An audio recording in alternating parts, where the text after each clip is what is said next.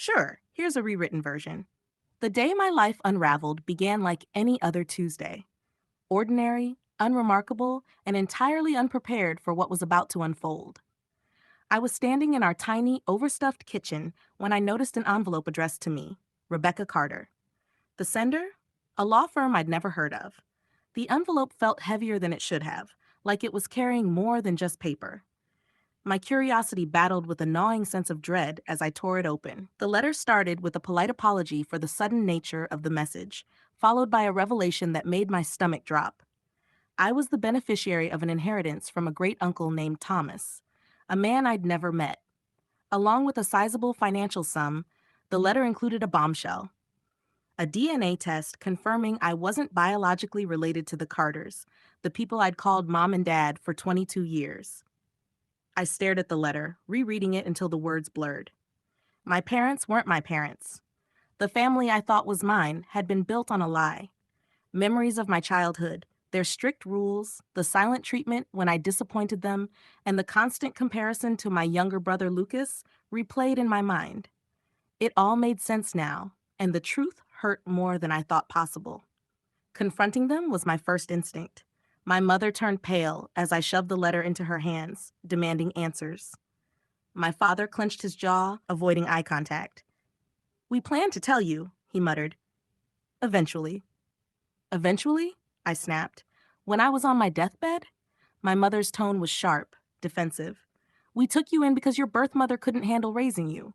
We were trying to help." Helping, that's what they called it. As if raising me was some charitable obligation rather than an act of love. Every cold stare, every harsh word, every instance where Lucas was favored over me now felt even crueler. In the days that followed, I packed my things and left. Leaving wasn't just about finding a new place to live, it was about reclaiming my identity. I'd spent years trying to belong in a family that never truly wanted me, and now I was done. Starting over wasn't easy. I juggled two part-time jobs and community college classes just to scrape by. But for the first time, I felt free. Free to figure out who I was without anyone else's expectations weighing me down. And then came the second shock. The inheritance wasn't just a modest sum.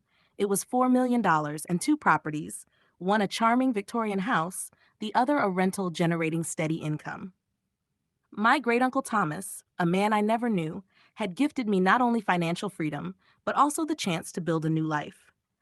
Word of the inheritance spread quickly. My parents, who had ignored me for years, suddenly couldn't stop calling. My mother's voicemails dripped with guilt and manipulation. "We're still your family, Rebecca. Don't forget that." Family? The audacity was laughable. Lucas reached out too, asking for a small $50,000 loan for old time's sake. I hung up on him mid-sentence.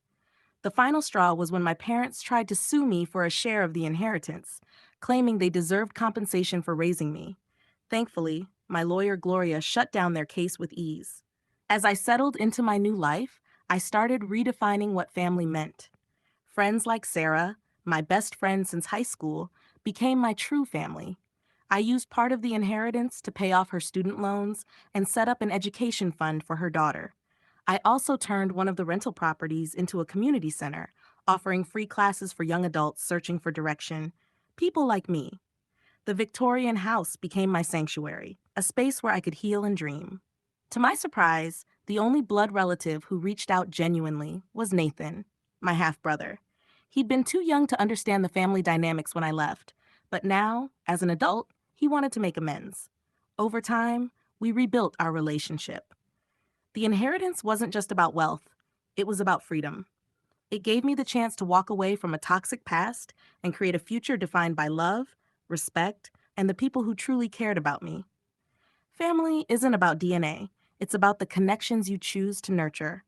And for the first time in my life, I felt like I belonged. Let me know if you'd like any tweaks.